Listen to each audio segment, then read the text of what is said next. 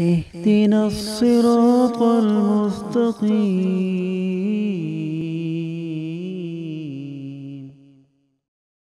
بسم اللہ الرحمن الرحیم الحمد للہ رب العالمین والعاقبۃ للمتقین والصلاة والسلام علی سید الانبیاء والمرسلین اما بعد۔ خلاصہ سورۃ المائدہ۔ مومنو، اللہ تعالیٰ کے ساتھ جو تم نے عہد باندھا ہے کہ ہم اس کا التزام کریں گے، وہ عہد پورا کرو۔ یہود و نصارہ کی عہد شکنی تو تم پڑھ چکے ہو، ان کی طرح تم نہ ہو جانا۔ اور وہ مسئلے 4 ہیں۔ تحریمات العباد غلط ہیں، تحریمات اللہ بجا اور برحق ہیں، جیسے شکار بحالت احرام غیر محلی۔ نظر اللہ درست ہے بلکہ عبادت ہے، اس کی نہ خود ہتک کرو نہ کرنے دو۔ نظر نیاز غیر اللہ کی حرام ہے، ان سے بچو۔ وما اہل بہ لغیر اللہ۔ اسی طرح جو گلا گھٹ کر یا چوٹ سے یا اوپر سے گر کر یا کسی کے سینگ مارنے سے یا کسی درندے کے کھانے سے مر جائے، یا وہ جانور جو کسی استحان پر ذبح کیا جائے، فال کے تیروں سے اپنی قسمت معلوم کرنا، اور استسقام کے لیے جو مال بتوں یا مجاوروں کو دیتے ہیں، خواہ وہ جانور ہو یا غیر جانور، یہ سب حرام ہے۔ اور حلال شکار میری بتائی ہوئی شرطوں کے ساتھ حلال ہوگا۔ نظر اللہ کی حلال ہے، اور اہل کتاب کا ذبیحہ بھی، اور پاک دامن حرہ مومنہ کتابیہ بھی حلال ہیں، بشرطے کہ ان کو مہر دو، اور حوالہ نکاح میں لانا مقصود ہو، نہ کہ شہوت رانی اور خفیہ آشنائی کے لیے۔ جن کی حلت و حرمت ہم نے بیان کی ہے، اس کا منکر کافر ہے۔ ان امور کا امدادی حکم یہ ہے کہ بے وضو آدمی نماز سے پہلے وضو کر لے، نہانا ضروری ہو تو نہا لے، پانی کے استعمال کی طاقت نہ ہو تو تیمم کر لے۔ اس طرح نماز پڑھو گے تو آپس کا بغض جاتا رہے گا۔ پہلی عداوت چھوڑ دو، اجر عظیم ملے گا۔ اللہ پر توکل کرو، اللہ مدد دے گا۔ محکم ہو جاؤ، حق بیان کرنے والے، اور امور الہیہ کی ہتک دیکھ کر چپکے نہ بیٹھے رہو۔ چپکے بیٹھے رہنا ظلم ہے۔ ڈاکوؤں سے نہ ڈرو بلکہ جہاد کرو۔ اگر جہاد نہ کیا تو جس طرح بنی اسرائیل پہلے انبیاء کے دور میں ترک جہاد کی وجہ سے ملعون ہوئے، اسی طرح تم بھی ملعون ہو جاؤ گے۔ اور جس طرح نصارہ میں اللہ کی نافرمانی کی وجہ سے بغض و عداوت ڈال دی گئی تھی، اسی طرح تمہارے دلوں میں بھی عداوت ڈال دی جائے گی۔ پس جہاد کرو ورنہ ملعون و ذلیل ہو جاؤ گے۔ او اہلی کتاب، حضرت عیسیٰ علیہ السلام کو متصرف سمجھ کر پکارنا چھوڑ دو۔ یہ کتاب قرآن مجید آ گئی ہے، اس کو مان لو۔ اس کتاب نے وضاحت سے مسئلہ بیان کر دیا ہے۔ پہلی کتب کی جو باتیں تم چھپاتے تھے، اب اس پیغمبر نے آ کر وہ تمام باتیں ظاہر کر دیں، اور تمہاری طرف نور جیسی کتاب قرآن مجید بھیج دی۔ منیب اس کتاب سے فائدہ اٹھا سکتا ہے، اور یہ کتاب صراط مستقیم کی طرف رہنمائی کرتی ہے، اس واسطے اس کو مان لو۔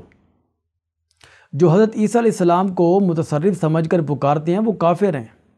کہہ دیجئے، اگر اللہ تعالیٰ حضرت عیسیٰ کو ان کی والدہ کے ساتھ اور جو کچھ زمین میں ہے سب کا سب ان کو ہلاک کر دے تو وہ اس پر قادر ہے۔ ہر چیز اللہ کے قبضے میں ہے، نہ کہ حضرت عیسیٰ علیہ السلام کے، اور اللہ ہی ہر چیز پر قادر ہے، نہ کہ عیسیٰ علیہ السلام۔ یخلق ما یشاء صرف اللہ کی صفت ہے، نہ کہ حضرت عیسیٰ علیہ السلام کی۔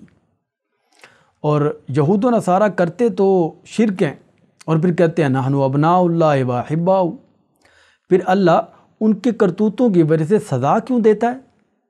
تم ابناء اللہ نہیں ہو بلکہ تم بھی دوسری مخلوق کی طرح ہو۔ او اہل کتاب، تم تو غنیمت سمجھتے کہ بڑی مدت کے بعد تمہیں رسول کی صحبت نصیب ہوئی، اب لگے ہو ایسے کرتوت کرنے۔ اب بھی باز آ جاؤ، توحید مان لو، کافر محارب نہ بنو۔ اٹھو مومنو، محارب کفار کے ساتھ جہاد کرو، اب چپکے مت بیٹھو۔ دیکھو یہود جہاد نہ کرنے کی وجہ سے 40 سال تک بیت المقدس سے محروم رہے۔ حابیل کی طرح کافروں کے مقابلے میں چپ کرنا بیٹھو، یعنی چپکے نہ بیٹھے رہو، ورنہ حابیل کی طرح مارے جاؤ گے۔ جو محارب تمہارے مسلم حاجی کو قتل کرے اسے قتل کر دو، اگر قتل بھی کرے اور مال بھی لے تو اسے سولی چڑھا دو، اگر صرف مال لوٹے تو اس کے ہاتھ پاؤں کاٹو، اگر صرف ڈراوے تو اسے جلا وطن کر دو۔ بہرحال ڈاکوؤں کے ساتھ جہاد کرو تاکہ وہ حاجیوں کو لوٹ مار نہ کر سکیں۔ مومنو، جب بنی اسرائیل ترک جہاد کی وجہ سے خوار ہوئے، حابیل چپکا بیٹھا رہا تو مارا گیا، لہذا تم اللہ سے ڈرو، جہاد کے ذریعے ذلت و خواری سے بچ جاؤ۔ جہاد کا منکر کافر ہے، محاربین کفار کو قتل کرو، قطاع الطریق کے ہاتھ پاؤں کاٹو، چور کا ہاتھ کاٹو، اور پکارو صرف اللہ کو، کیونکہ ہر چیز اللہ کی ہے اور سب کچھ کر سکتا ہے۔ اے رسول، آپ گھبرائیں مت، یہ منافق گو یہود کے ساتھ ملے ہوئے ہیں، آپ سے باتیں سن سن کر یہود کو جا بتاتے ہیں اور غلط تقریریں بنا کر عیب جوڑ کر ان کے آگے جا پیش کرتے ہیں۔ ایسے پلیدوں سے جہاد کرو۔ دوسری بات یہ کہ اگر یہود تمہارے پاس فیصلہ لے کر آئیں تو عدل و انصاف کے ساتھ فیصلہ کیجیے، اور اگر وہ آپ کے فیصلہ پر راضی نہ ہوں تو ان کے ساتھ اعلان جنگ کیجیے۔ یہود آپ کے فیصلہ پر راضی ہوں گے بھی کیسے؟ وہ تو اپنی کتاب تورات کے فیصلے پر راضی نہیں ہوتے، اور آپ کا فیصلہ تو وہی ہے جو تورات میں ہے۔ جب یہود ایسے ہیں کہ تمہاری نکتہ چینیاں کرتے ہیں اور تمہارے فیصلہ پر راضی نہیں تو ان سے جہاد کرو۔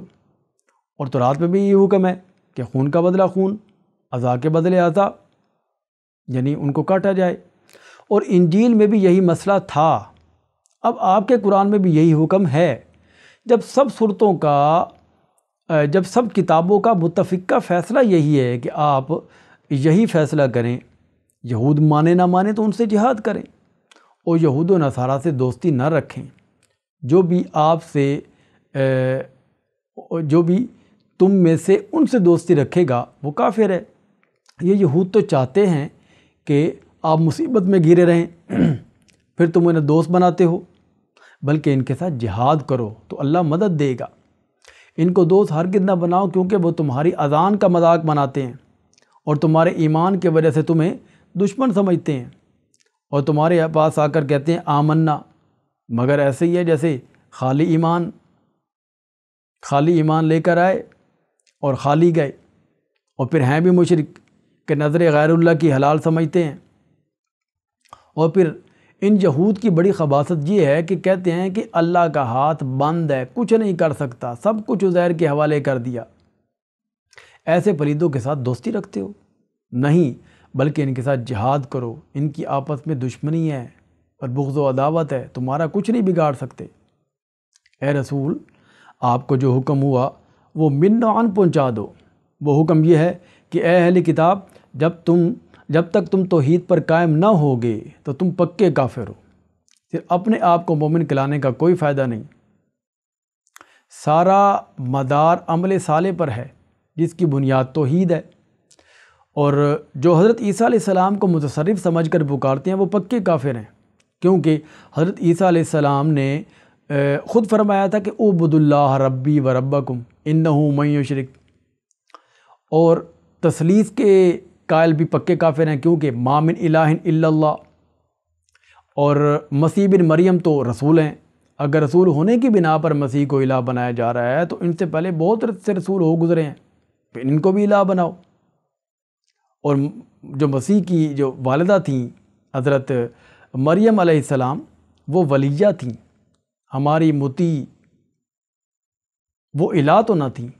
دونوں ماں بیٹا آخر کھانا کھاتے تھے، الہ کیوں کر بن گئے؟ کیا تم ایسوں کو پکارتے ہو جو کچھ نہیں کر سکتے؟ کریں تو تب کہ وہ سنتے جانتے ہوں، اور سننے جاننے والا سمیع علیم تو صرف اللہ تعالیٰ ہے، پھر اسی کو پکارو، نہ کہ عزیر، عیسیٰ، مریم علیہ السلام کو، کیونکہ یہ غیر کو پکارنا غلو فی الدین ہے۔ غلو فی الدین نہ کرو، اندھے مقلد نہ بنو۔ پہلے دور کے بنی اسرائیل اسی غلو فی الدین کی وجہ سے داؤد و عیسیٰ کی زبان سے ملعون ہوئے، یعنی بندر اور سور بن گئے۔ تم بھی ایسا کرو گے تو ملعون ہو جاؤ گے۔ بہرحال یہود تو ہیں تمہارے اشد دشمن، انہیں قتل کرو۔ ہاں، بعض نصارہ تمہارے دین کو اچھا سمجھتے ہیں اور ایمان لاتے ہیں، ان کو آخرت میں نعمتیں ملیں گی اور مخالفین کے لیے جہنم ہوگی۔ جس طرح غیر اللہ کو متصرف سمجھ کر پکارنا کفر ہے، اسی طرح اللہ کی حلال کردہ چیزوں کو حرام سمجھنا بھی کفر ہے۔ لہذا حلال کو حرام مت سمجھو بلکہ کھاؤ۔ اگر بالفرض قسم سے اپنے اوپر حرام کر بیٹھو تب بھی قسم توڑ کر وہ حلال کھاؤ اور قسم توڑنے کا کفارہ ادا کرو۔ اور اللہ کی حرام کردہ چیزوں کو حلال سمجھنا بھی کفر ہے۔ لہذا حرام کو حلال نہ سمجھو اور ان سے بچو۔ شراب اور جوا بھی حرام ہے، اور نظر و نیاز کا استحانوں پر لے جانا اور فال کے تیر یہ حرام ہے، ان سے ضرور بچو۔ مگر جو پہلے کھا چکے ہو وہ معاف ہیں، اور حلال چیزیں بے شک کھاؤ، اور حبانیت نہ کرو، حد شرع کا لحاظ رکھو۔ محرم کو بری شکار اس لیے حرام کیا ہے اور شکاری پر سزا رکھی ہے تاکہ پتہ لگ جائے کہ کون تحریمات الہیہ کو اللہ کے علیم بکل شیء کا عقیدہ رکھ کر اور اس سے ڈر کر بجا رکھتا ہے، اور بحری شکار کو اللہ نے حلال فرمایا ہے۔ اور جو کعبہ کی طرف اللہ کی نیاز تم لے جاتے ہو وہ برحق ہے۔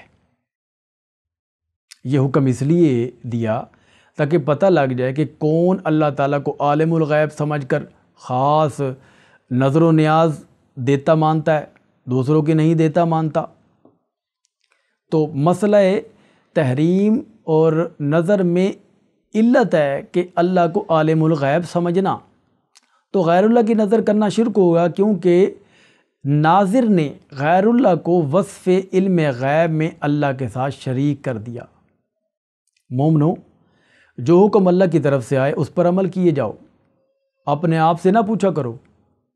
ہر ایک حکم تدریجاً اپنے اپنے وقت میں بتایا جائے گا۔ خیر، اب تم نے بحیرہ وغیرہ کی حلت و حرمت کے سوال بارے پوچھا، تو اس کا جواب یہ ہے کہ یہ چیزیں حلال ہیں، انہیں کھاؤ، اللہ نے انہیں حرام نہیں کیا، اور حلال چیزیں بندوں کے حرام کرنے سے حرام نہیں ہوتی۔ مگر کافروں کا عجیب حال ہے کہ پہلے پوچھتے ہیں، پھر حکم ملتا تو کہہ دیتے ہیں کہ ہمیں اپنے آباء و اجداد کی رسم کافی ہے۔ مومنو، تم اپنے آپ کو خوب مضبوط رکھو اور تسلی رکھو، یہود وغیرہ تمہیں نقصان نہیں پہنچا سکیں گے۔ جب تمہیں معلوم ہو گیا کہ تحریمات اللہ اس لیے غلط ہیں کہ غیب دان اور نفع نقصان کا مالک اللہ تعالیٰ کے سوا اور کوئی نہیں ہے، تو اب یہ بھی سمجھ لو کہ اللہ کے سوا کسی کے نام کی قسم بھی نہ کھاؤ۔ غیر اللہ کی قسم بھی اسی لیے حرام ہے کہ مقسم بھی میں ان دونوں صفتوں یعنی علم غیب اور نافع و ضار ہونا ضروری ہے، جو اللہ تعالیٰ کی مخصوص صفتیں ہیں اور کسی میں نہیں پائی جاتی۔ تمام مخلوق میں سے اللہ تعالیٰ کی محبوب ترین مخلوق اس کے رسول ہیں۔ ان کا بھی یہ حال ہے کہ قیامت کے دن اللہ انہیں جمع کر کے پوچھے گا، تمہارے مننے کے بعد تمہاری امت نے تمہاری دعوت قبول کی؟ تو اپنی لا علمی کا اظہار کریں گے، خاص کر حضرت عیسیٰ جن کے نام پر تم اولاد ذبح کرتے ہو۔ جب اللہ ان کو انعامات اپنے یاد کرا کے ان سے پوچھے گا انت قلت للناس اتخذونی، تو حضرت عیسیٰ بھی یہی جواب دیں گے کہ اے اللہ، میں نے تو ان سے یہ نہ کہا تھا، میں تو جب تک ان میں رہا یہی کہتا رہا اعبدوا اللہ ربی و ربکم، اور نگرانی کرتا رہا، بعد کا مجھے علم نہیں۔ تو معلوم ہو گیا کہ اللہ تعالیٰ کے تمام برگزیدہ بندے غیب دان نہ تھے، اور سب کچھ کرنے والا بھی صرف اللہ ہے اور غیب دان بھی صرف اللہ ہے، نہ کہ برگزیدہ ہستیاں۔ تو پھر ان کی تعظیم کے لیے تحریمات العباد اور نظر غیر اللہ مقرر کرنا اور ان کو پکارنا بے سود ہوا۔ تو حاصل خلاصہ یہ ہے کہ صرف اللہ ہی مالک و مختار اور متصرف و کارساز ہے، نہ کہ مریم اور عیسیٰ، نہ روح القدس، نہ عزیر علیہ السلام، یعنی آسمان و زمین کی شاہی بھی اسی کے قبضہ و اختیار میں ہے۔ اختیار اس نے کسی کو حوالے نہیں کیا۔ نظر و نیاز کا بھی وہی مستحق ہے، قسم بھی اسی کی ہے، تو بس اسی کو پکارو، نظر بھی اسی کی دو، قسم بھی اسی کی کھاؤ۔ تو اب یہ سورۃ المائدہ میں شرک کی دونوں قسموں کا بیان ہوا، اور انعام میں زیادہ تفصیل ہوگی، یہاں جانوروں کو نیاز میں دینے کا ذکر تھا۔ ان انعام میں جانوروں کے علاوہ اناج وغیرہ کو نیاز میں دینے کا بھی ذکر ہے کہ یہ بھی حرام ہے، اور نفی شرک فی تصرف پر عقلی دلائل بیان ہوں گے